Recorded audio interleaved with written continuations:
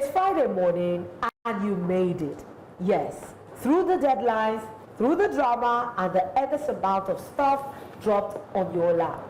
Welcome to Dentistry, where we slow things down just enough for you to ask the questions that really matter. Today we're not wrapping up the week. We're helping you to get set for the weekend. As we kick off, there is a conversation that demands all of our attention. And not just all our attention, it demands the attention now. But first, on Tuesday morning, tragedy struck Bini, a Jebu village in Riom local government area of Plateau State. 27 lives were lost, among them babies, women, and the elderly. And this happened in an early morning brutal attack. While security personnel arrived at the scene hours later, grief-stricken residents say their response came too late. Some have even gone further, accusing the very agencies meant to protect them of complicity. News Central's Chizoba Aninowe was on the ground, and filed this harrowing report. Many victims, she says, were burnt alive inside their homes, trapped, unable to flee as attackers set the village ablaze. This is not just another statistic. It's a community in mourning and a country still asking, when will this end?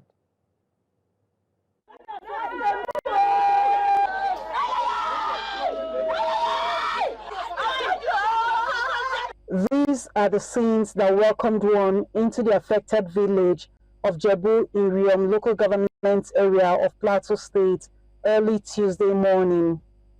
The village was thrown into shock and mourning when they were attacked with guns and machetes and their houses set ablaze.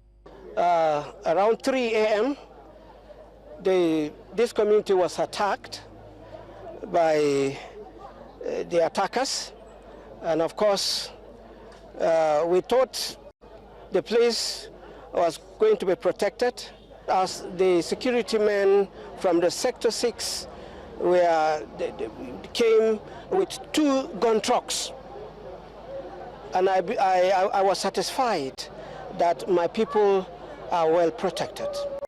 Sincerely, it is very sad and unfortunate that up to today, these things have not come to an end.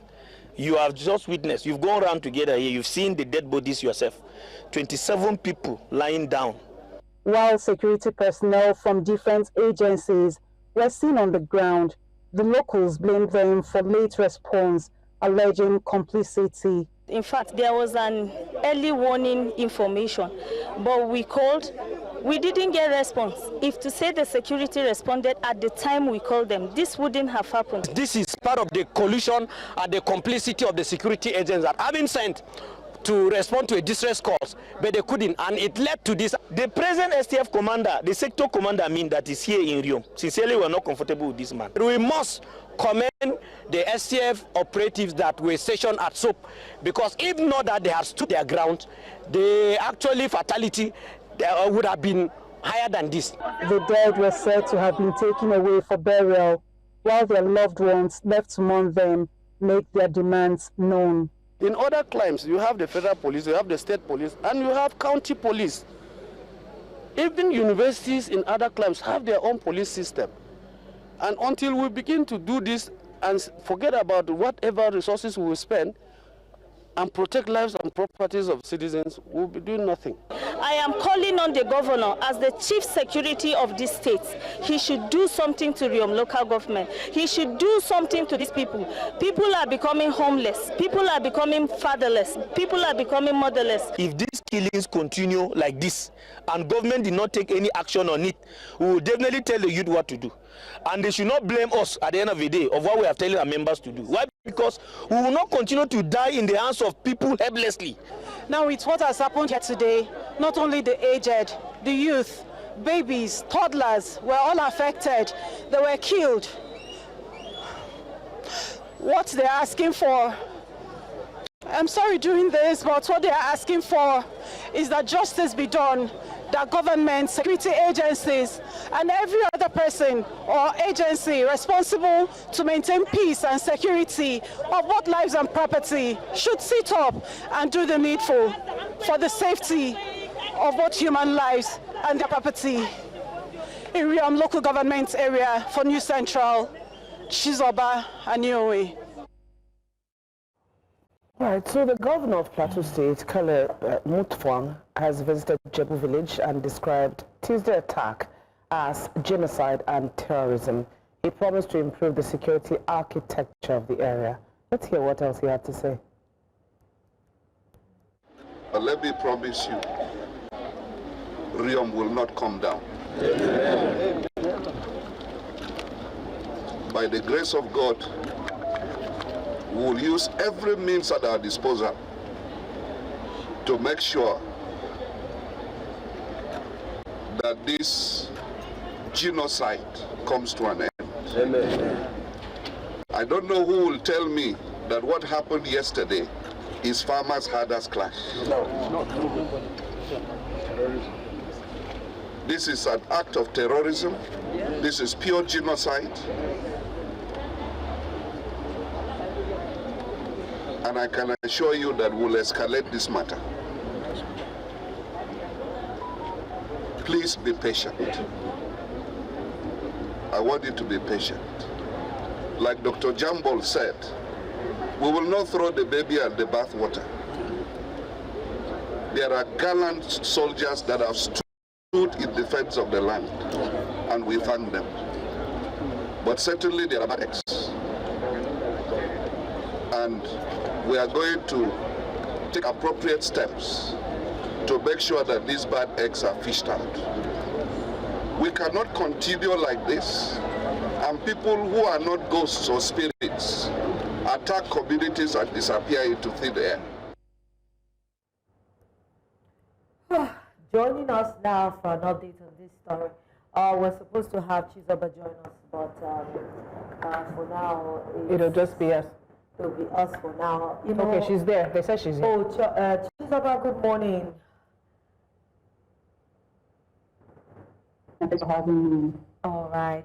I want to start with confirming the death toll. As at the time that this report was taken, it was said to be 27. I want to know that maybe since this morning after the attack, given the vicious nature of it, are we still at the 27 death toll, or has there been more casualties who are probably given up based on their injuries? Okay, so that now still stands at 27, and of course no one is praying for an increase in the casualty figure, so it still stands at 27.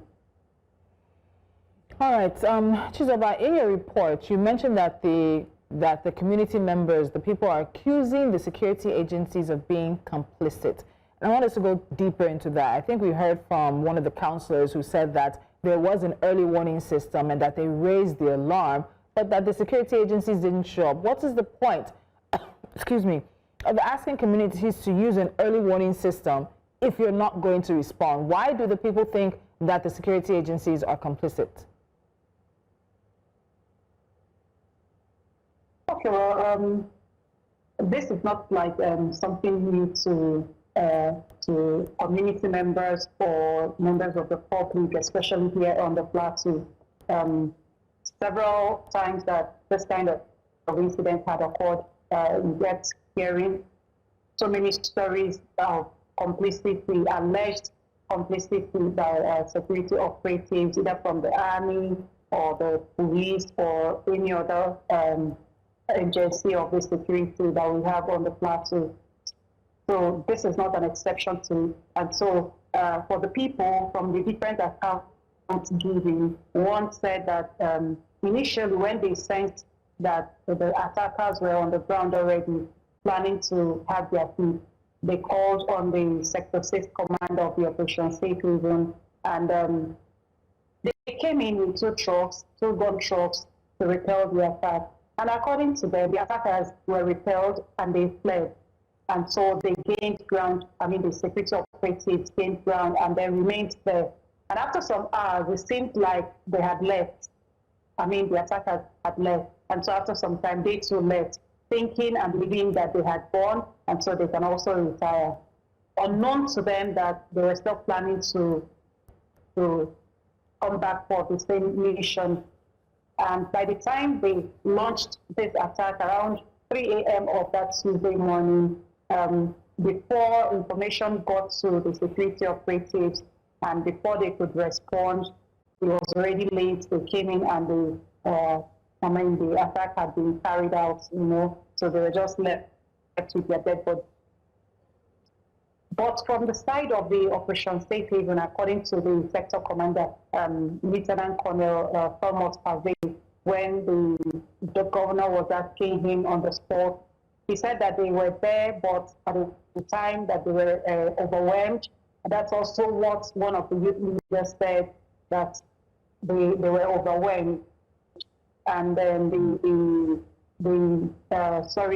Lieutenant Colonel also said that by the time they arrived there, that they couldn't find their way because these guys had already taken over. But again, he said that their gun trucks were stationed at different places, So thinking that where they had stationed these trucks is where that they would be able to combat them, as at the time they will start these attacks, unknown to them that an ambush had been laid. So, there are different sides of this story. So you can't just hold on to one particular part of this story because you are actually not there. So it's based on what people have said, those that claim to be on the ground have said. However, the governor has said he's going to conduct a very serious security meeting with the security chiefs in the state with a mission to get the true story of what happened, how it happened, and then going forward, what's going to be done to ensure that that does not happen again. And of course, he has promised to ensure that justice is done, because that's the cry of these people. That's the call from these victims of this real incident, that they want perpetrators to be brought to book. So if anybody has a hand in this, whether it is from the military, from the police, or even from the locals, because sometimes you get to hear that there are informants from the locals who go out giving certain information to the enemy, so to speak, just to get one or two favors or stuff like that. And so he has promised them that he's going to ensure that justice is done. Whoever is behind this attack, once gotten, arrested, and of course, prosecution and justice will take its course. So that's the hope of the people, that's the cry of the people, and they are wishing that this comes to pass sooner than later. So we know that these attacks are no longer the exception in Plateau. Plateau State has 17 local governments, if I'm correct.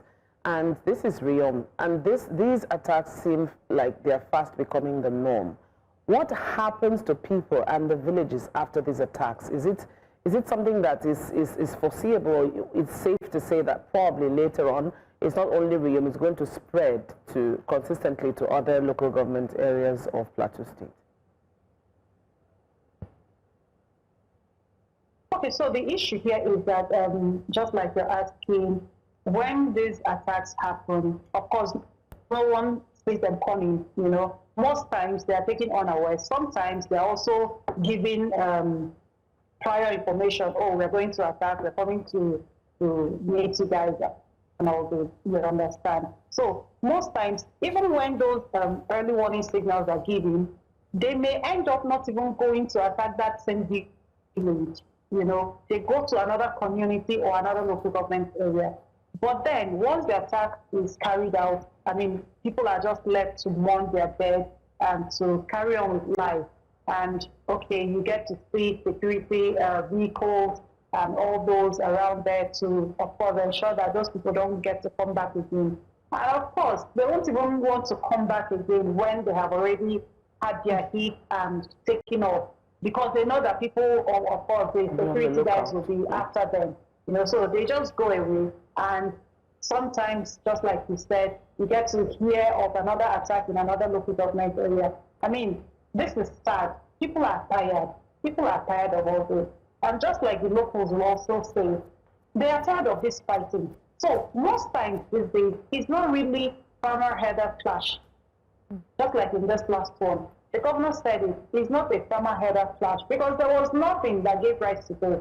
Nothing, unlike before you said, okay, some cattle were sold or somebody was killed somewhere, and so they now decide to revenge and carry out that reprisal attack. But in this case, nothing like that was heard.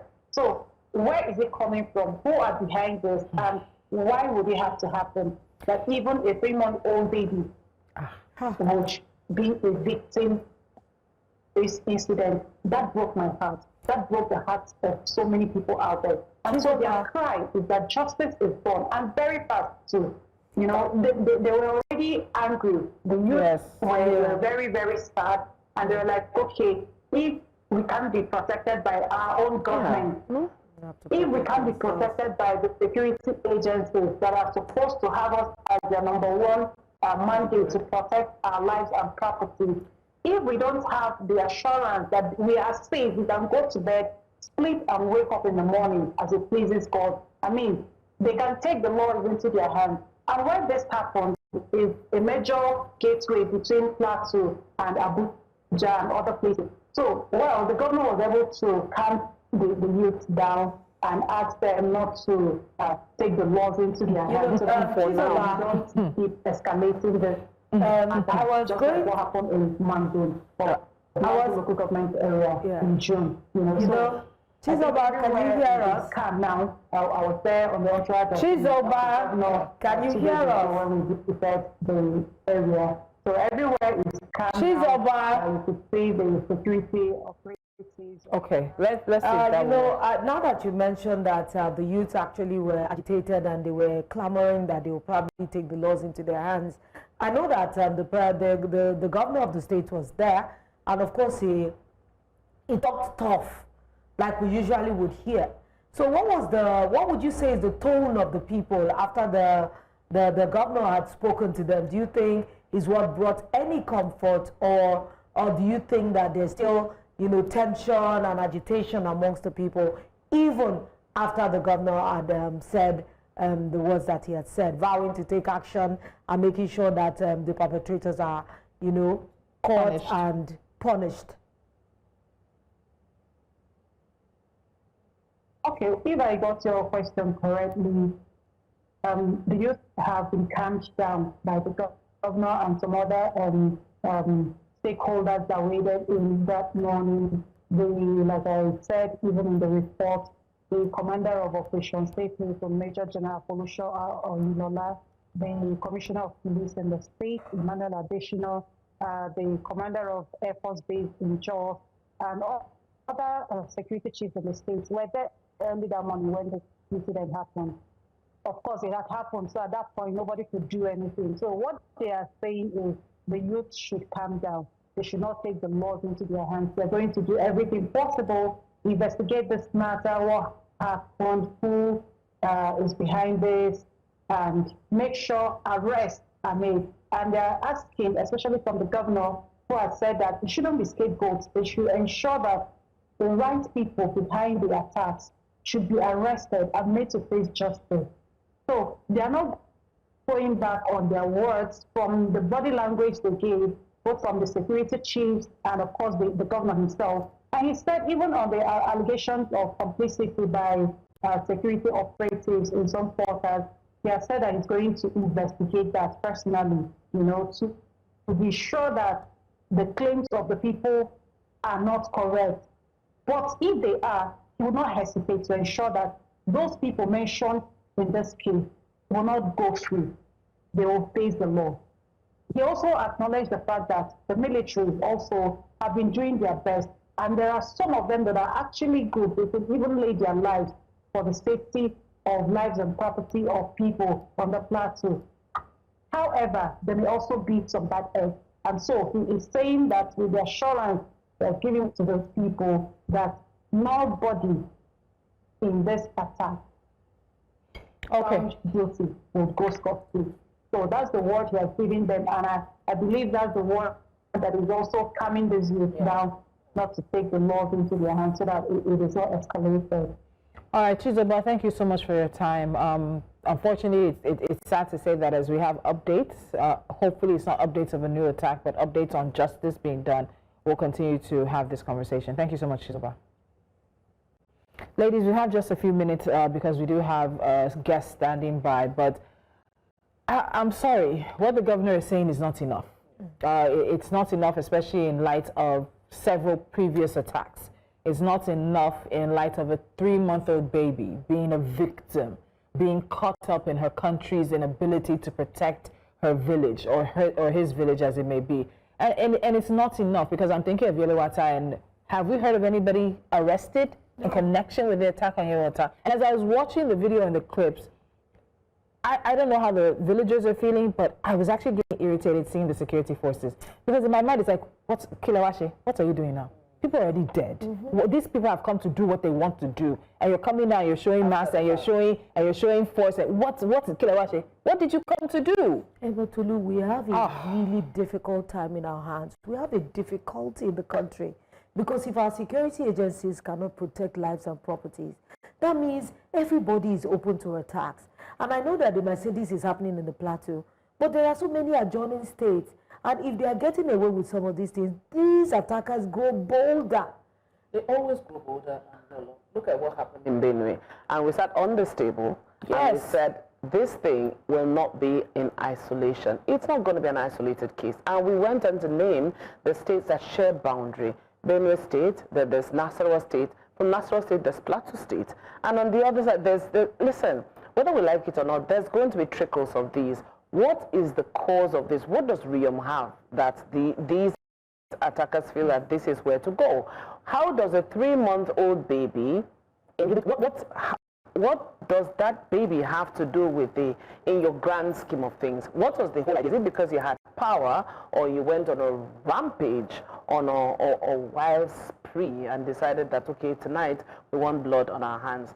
And the thing is, I don't understand how exchange of information works. They cannot, and there shouldn't be, in this age and time, there shouldn't be just a freedom to just go in and out of any village. Like we said, we started this conversation from Delta State, where we said, if anybody new comes into your community, you will know that this person is new. Well, in the times that we're growing up, in our parents' times, you would know that this person is new. You would observe, so you can't say that this is an isolation. It's the enemy from within.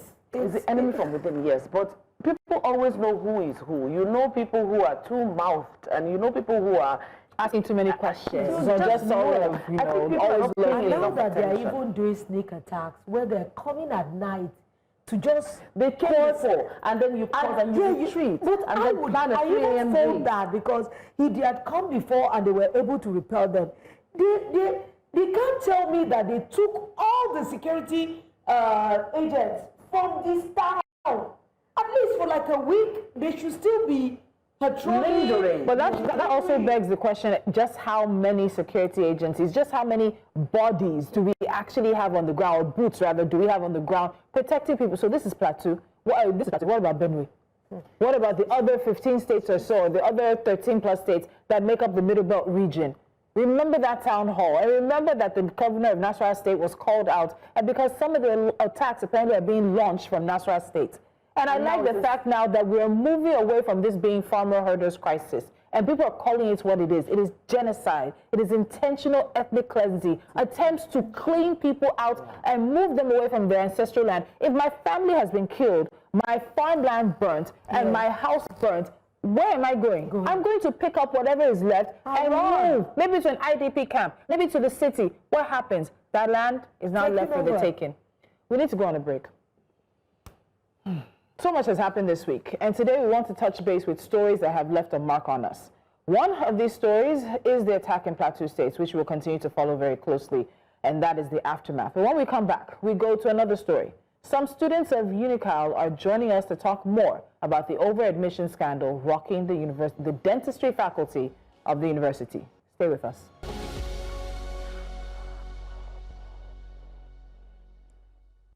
They enrolled with dreams of becoming dentists, trusted the system, paid tuition for years, and worked tirelessly in pursuit of a future in medicine. But for hundreds of students at the University of Calabar, the dream has turned into a devastating nightmare. So in recent weeks, students in UNICAL's dentistry program took to the streets in protest. They called out systemic failure, poor communication, and a crushing betrayal. Their program lost accreditation, and years of academic work are now in limbo. And for many, there's still no clear path forward. Now on Jasiri, we hear directly from the students. We have 2 of them who join us, who will not be showing their faces or be using their real names due to the fear of being targeted. So with us are Blessing, who is in year 4, and Promise, a member of the graduating class. Blessing and Promise, thank you so much for doing this. Thank you for having us. All right, Promise, let's start with you and just get a sense of how you felt, because you're supposed to be part of the graduating class of the dentistry faculty in UNICAL, and then you hear that your department had actually been banned from graduating students until the school fixed everything that was asked of them of the Medical and Dental Council of Nigeria. How did you take that news, especially when you are literally at the cusp of finishing this program and starting the rest of your life? I think that's for Blessing. No, it's for Promise. Thank you very much for this opportunity for us to air out our view on what has been going on in the department. Yeah, it's really very disheartening. And then since the day we heard the news, I've not slept well. Neither my parents either. Neither my friends have slept well, and other my fellow colleagues and then my junior colleagues, because this issue is not an issue that started today. It's not an emergency. It's something that's been there even right from our year 4. We have been hearing that our quota is 10, and then each time we ask questions concerning it, they will always tell us that it is not our problem, that our own problem is for us to do our part, which is read our books, pass our exams, and then once we pass, graduation is not a problem. So it's really disheartening because it is not a problem that started today. The management is aware from time, and then they have not done anything concerning it. And it's very bad that we have spent 9 complete years in this school, and then 9. Yes, we started this school since 2016, 2017 session, and then we have been into this labor from that year till this year, and then we have finally fulfilled all the requirements, passed all our professional exams, and it's time for us to graduate and then move on with our lives. And we have been told that we're not graduating with our medical counterpart. And the induction is to hold on this coming Monday, that is 21st of this month. And then as it stands now, our mates are preparing, snapping pseudo pics, posting their pictures, while we are here walking about, going to the street, begging people to help us and all that. And as it stands now, I'm not really happy, and then nobody is happy about it. Thank you. Wow, very, very. It's a lot to take in. It's a lot to take in. So, Promise, we heard about a meeting with the VC and the provost, and we heard about statements that landed things like, I quote, "Go and learn a trade." And we thought some of you would fail. Were those things what was told to the students and their parents? Can you tell us a little more about that meeting, since you were there physically? Is it Blessing now? Yeah, Promise. Yeah, Promise. It was a kind of funny and then so sad hearing from the news that the VC said, and the provost said that they did not say such kind of thing. It's very disheartening because they announced the news of the sponsor, and then we are told to go and pay for the sponsor fee and license fee, which our mates proceeded to the bank to pay. Some paid, and they told them not to pay, and those that paid, they refunded their money, telling them that we are not going to join the induction. That happened on Friday or per week. So on Monday, all our classmates gathered together and we moved to the dean to find out what happened that made them reject our money, and then telling us that we're not going to do the induction. But the dean told us that we're going to have a meeting with the provost, which we proceeded to the college hall, where we sat down. The provost came, our dean, our deputy dean, and college secretary. They were all seated down. And then he started addressing us, telling all that happened when they went to Abuja, because he told us that they went to meet with the registrar, MDCN registrar, including the VC. So after telling us what happened, we started asking questions, and then he now told us that there is no need of staying around the school, roaming around the school. We have to go home, useful to ourselves, useful to our parents, learn a trade, utilize our skills. And then we are so surprised, and then so disheartened. Some were crying, how will I spend 9 years, and then it's time for me to get my reward, and then you're telling me to go home just like that, without even official memo, just word of mouth. That we're not going anywhere. You have to give us a date on when the induction is going to take place. And then that is just the thing. Like for them telling us that they did not say it, it is a lie. They said it clearly and it's on record. The student recorded it when the provost said that. And then they 2 days later, the kids had a meeting with the junior colleagues and then the parents, which they sent a memo that each student have to invite their parents for the meeting. With the graduating class, we also attended the meeting. And then when this started talking, she said clearly that the reason for admitting much number of persons is so that after the admission, then along the line of the training, that they expect that most people will fail. And when they fail, they will now equate the number that they want to graduate. But in this instance, she has seen that the students are very intelligent and she applauds us for that. So she said it clearly that they admit high number of persons so that they will fail along the line, and then they will continue with the ones that have not failed. But in this case now, the students are very brilliant to the point that none of them failed. Even some might have had 1 or 2 issues. But having this kind of number at this period, that means the students are intelligent and they refuse to fail as maybe the kids wanted them to fail. And these are the things. They are real, to be frank, they are real. And then even when this is said, it is on record. And the student videoed her, the student recorded her, the one provoked, the student recorded them also. So it's real. Thank you, Promise. Blessing, let me come to you now. You are in year 4. So what's the way forward for those in your set? And have you had discussions with your family about what's going on? What does your family say? Okay, thank you very much. I am in year 4A.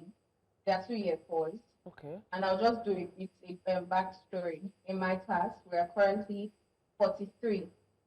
And we didn't start as 43. So what the VC said has pretty much played out since we were in year 1.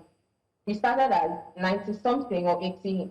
Let's just say 90 for a rough number. Yeah. And we can see that there was an intentional, because there were very brilliant people amongst us. Obviously, medical school is not easy. I'm not saying that it's easy. But when the system is built against you, you are not only fighting how hard medical school is, you are also fighting the system. And so there's been a cutting down. Imagine if we started from 45, and this is, sorry, from 80 and from 90. This is not to say that we haven't had repeat students join us. So the actual number of students in my class are roughly 30-something that started year 1 with us. There's been repeat students, there's been students that have been dropped. And so they've literally just been against us from the get-go, and we knew this. This is not a story that is new. My senior colleague said that they had told us that this was an existing problem. So we're fighting not only for our lives, but also against the system. My parents didn't take the news very lightly. My dad already has high BP problems, and so this also added to his problems. He's about to retire, and you can imagine, as his first child.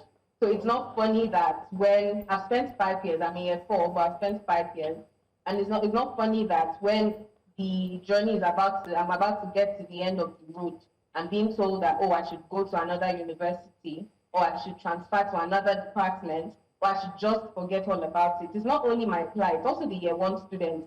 They are the most unfortunate of all, because the VC blatantly said that she doesn't know them. And this is the school, this is the management that not only collected school fees from them, but also collected acceptance fees. And this acceptance fees, we hear that it doesn't go to the federal government's pocket or anything. It is for the school, it is for the management. So for her to say she did not know there was a year 1, this is not to say VC is lying, but I just think it's a blame game that just happened there, or a shift of responsibility. Nobody has taken the information lightly. The year 1 students are very distraught because they don't know what to be their fate. You can't tell them to go back. It's very easy to tell them to go back. But if they are going to go back right now to write JAM, they'll write JAM next year, and they'll have to wait again to get admission. If you want to transfer them to other departments, people have paid to come this far. By paid to come this far, they paid school fees, they've left the comfort of their homes, they've gotten accommodation in University of Calabar. It is not funny. Nobody is taking the issue lightly. There's just been a mix of concern, a mix of frustration. Everybody is worried. My mother has become a prayer warrior all because of dentistry. Us in year 4, we've been stuck. And we're saying that even when we asked them to merge us with medicine, the university is not doing us a favor. I applied to study dentistry because I want to study dentistry. And now if I'm saying that, if people are telling me that I cannot go ahead to study dentistry, and I'm telling you, okay, I can't go back to the dirt, just move me to medicine, they are not doing me a favor. Instead, it is a disservice, but that is the very least they can do. Because I'm not going to go and start from the very beginning. They keep talking about transfer as if it's the best option on the table, but it is not. Because right now, the school that has the highest accreditation in dentistry is University of Lagos, and that has 40 students. So we're not expecting other schools with their problems. University of Nigeria, they released a memo quite recently about how they're struggling with their quota, asking for help. So other schools are struggling, and I don't see any other school prioritizing us University of Calabar students over their students. And so telling us to transfer is not the option. Telling us you're going to do an internal transfer and switch us to other departments is not also the best option. Telling us that we should just continue, that's what they said, we should just keep going. So we obviously see that it's still the same thing that's going to play. Very brilliant students are going to be caught out because the university has to meet a quota of 10, and we're not expecting that. We're asking us that they do right by us and they do right by our parents. Thank you. Thank you so much, Blessing. Promise and Blessing, I want to ask the both of you this question because Blessing mentioned fees, acceptance fees being collected, and we looked at the fees that dentistry students in UNICAL apparently have been paid. So Promise, let me start with you. If you had to do sort of like a rough estimate, how much do you think you spent in the 9 years that you've been in UNICAL studying dentistry? You guys can't see it, but on the screen right now, we have the UNICAL dental student school fees starting from year 1 all the way to the graduating set. Promise, what do you think? How much do you think you and your family have spent so far? This is a price that you can't just mention the price, because something that took you 9 years is priceless. You can't just say 1 million, 2 million, 5 million, and 10 million, because 10 million or 20 million can't just bring back my life, my age, my youthful age that has been wasted and all that. If you have to talk about money, it's not something that we can make. Like that means you just have to go from year 1 and start calculating all the money we have spent a lot. So it's not something you can, it's priceless. You can't just mention a particular amount. Even if I tell you that I've spent, or now go back to calculate the money I've spent, and I tell you it's 20 million, then can 20 million bring back the years and then all the things I've lost on the course of studying dentistry? So it's priceless, it's a lot. Can't even mention price now. Before Blessing answers that question or gives us her answer, Promise, how many students are in your graduating sets right now? Yeah, okay, for the graduating set, if I may go back a little, from the time we admitted, we are 78. Then UNICAL happened in year 1, 18 persons withdrawn. Just like that, year 3, after the first professional exam, some persons got withdrawn too. Then in year 4, the same thing happened. And then also, there are also repeats from other classes. So at the end of the whole thing, people that are in the class currently were 61. And out of that 61, 31 have successfully passed the final exam, ready for induction. And these are the people that have denied induction. All right, thank you, Promise. So, Blessing, I understand what Promise says in terms of how do you quantify this situation you're in now. It's not necessarily just about the school fees paid, the levies and fees, but if you are able to come up with a number or just give your own thoughts on this in terms of what the university should do, just tell us, what do you think? You mean if the university should pay us for how much we spend? So in terms of, do you have an idea of how much was spent, how much you and your family have spent so far? What do you think about how much do you guys pay per year? No, we already have that, but per year you still have to give a rough estimate. But what does your family say in regards to that? And do you think the university should refund your school fees? They can't. Why can't they? They should not, please. They should not refund the school fees. already we know how Nigeria works. Money has lost value. So the money I paid in year one, first off, I was in year one, I didn't write any professional exams in year one and in year two. But I was being made to pay professional levies. And these professional levies toppled as the years went by because there's been hardship and all of those sorts. So we can't quantify the money. We paid professional levies, we paid dues, we paid course registrations, and I'm going to also add, I live very far from campus, so my father sorts out my transportation daily. There's also just being a Nigerian student is demanding. So imagine being a medical student. So we cannot quantify it. We don't want their money. We want them to do right by us. It's been years of money. It's been years of payments. There's no way they can meet up to that. No parents want the money from them. They should just do right by us, and they know what to do. All right, so let's see. Sorry. No, I want to. Sorry, Catherine. A promise. It was the graduating members. It was the members of the graduating set and their parents that met with the university vice chancellor and the provost, and it was reported that a single mother had actually asked the VC about a refund for school fees. Can you confirm if that was part of the conversation that came up during the meeting and what the response from the university's management was? Okay, a mother asked for a refund because the child is in year one. So after telling them that they did not recognize year one, that she's not aware of year one students, the mother now asked for a refund that they should pay her back all the money that the daughter has spent in year one. So, but the VC said that for refund now, that she will not give her a reply, that she will get back to her. Sorry, I didn't get that. Repeat that last part, please, promise. Yeah, that she will get back to her concerning the refund. So that means that we have students in year one who are not even recognized. They don't exist according to MDCN, probably according to NUC as well, because the university's admission quota and their accreditation for dentistry has been paused. Please, ladies, how are you? Listen, because if we women here who are mothers are struggling to process this, I don't know, how are both of you feeling? What's your mental health like? And then your friends too. Yeah, and then what's the trust level for the university education system? Blessing, you can start. Okay. It's honestly been very overwhelming.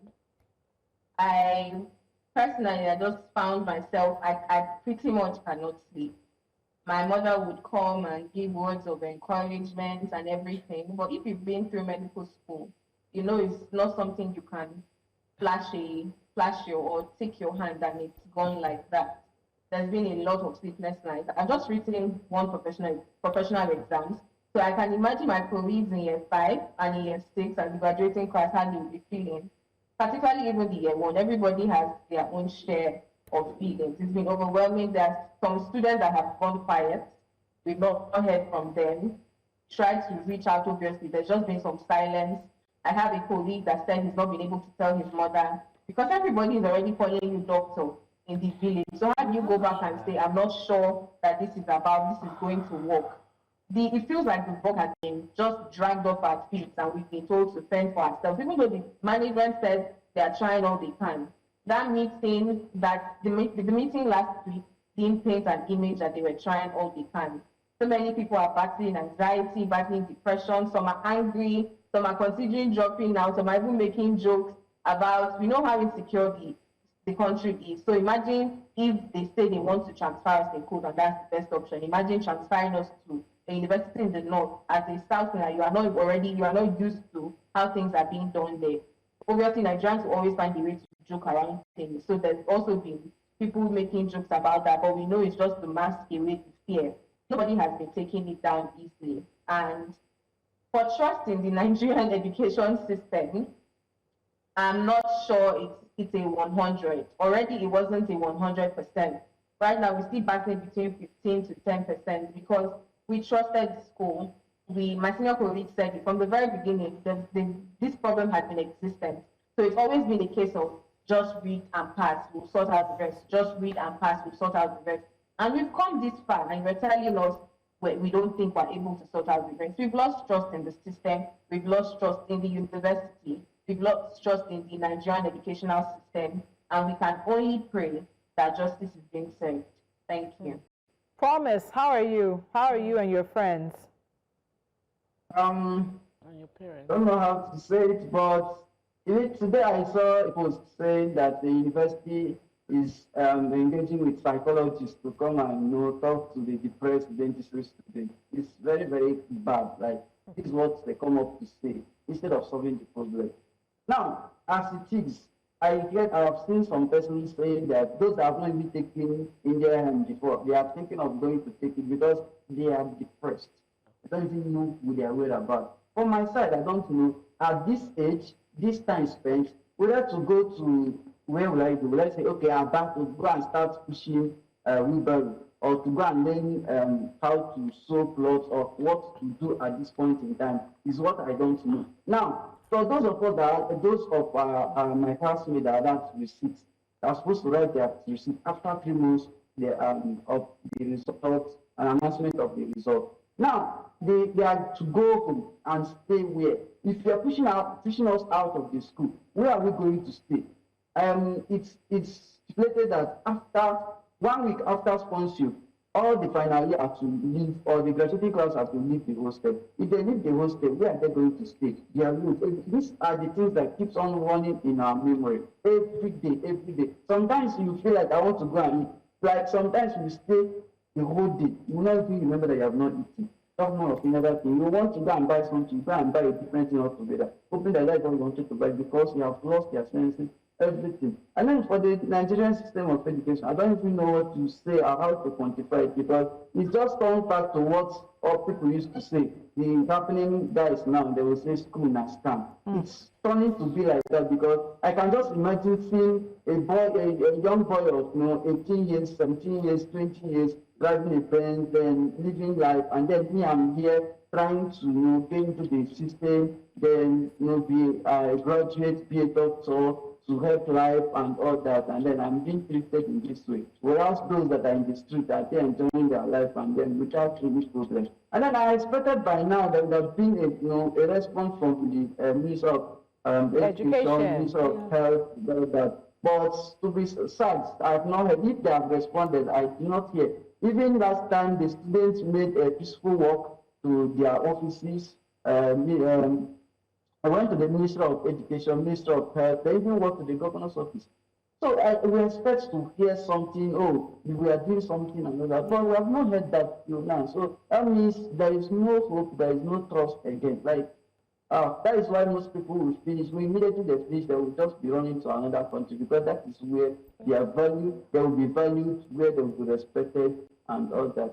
I'm so depressed, others are so depressed, disappointed and all that. What we are just begging for, it's even if to do pardon induction, because we have made inquiries from other schools that had the same issue. They told us that when this kind of a thing happened, that they granted them pardon induction. Grant us pardon induction, then give us our certificate and our license. Let us go and manage our life. The life has finished. If I'm, let's assume I'm 35 or 33, how many years is remaining? Like when they're supposed to go make money, marry, or all those things are things we have to put into consideration. We have spent our time.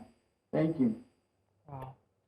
I'm so at loss. I just wanted to ask, has there been any solidarity from what is the entire field of UNICAL? I know that these would have spilled over to other departments, at least they would hear about it.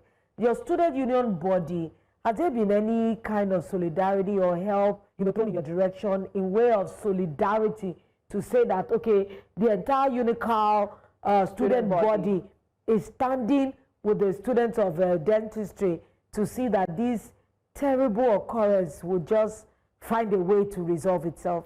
Have you heard anything like that? Or has there been anything like that? Either of you can answer. Okay. In terms of solidarity, what we have heard, I've seen messages from student body, the SUG, messages from some other faculty as a solidarity they come, everything will be resolved and all that. So, but in a way, we are not expecting maybe the students to start protesting now because there is a ban on protest in this school.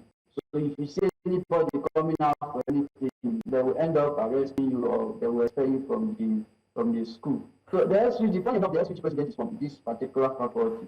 Wow. And then right from after my year 1, year 2, the students have actually lost interest in student union because the students union are being selected by the management.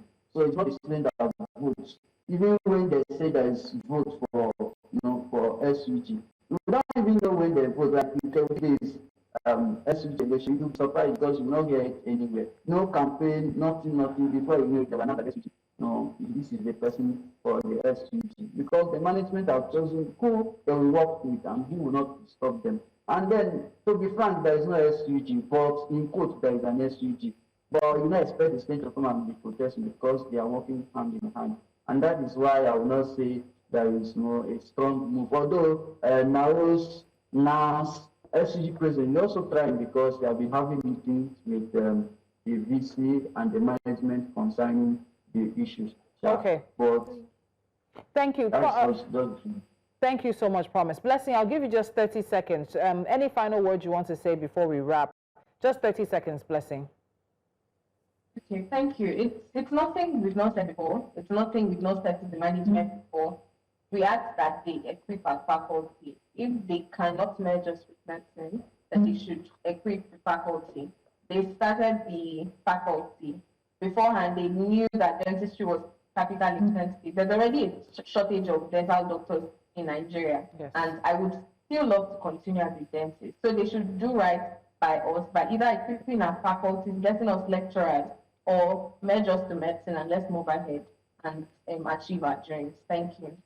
Blessing and Promise, thank you so much for joining us today. It's important that we keep a spotlight on this story. I think this is our third conversation this week about the overadmission scandal in UNICAL, and will continue to be a place where we platform and amplify your voices. So if there are updates, you guys know how to reach out to us. But thank you so much today for joining us.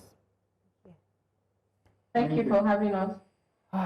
There's not a lot of time, so I'll just say this. It's been a very heavy show, but these are heavy times.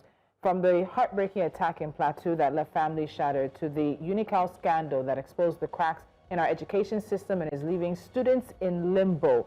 At the end of the day, what we've seen this week is the cost of silence, of poor leadership, and of systems that continue to fail the very people they claim to serve. But conversations like this remind us that awareness is a form of resistance, and speaking up is a first step towards change. So as we head into the weekend, may we not just rest, but let's also reflect. Is this the Nigeria we want? Is this the Nigeria we deserve? Jasir returns next week, but until then, stay safe, stay bold, and stay questioning.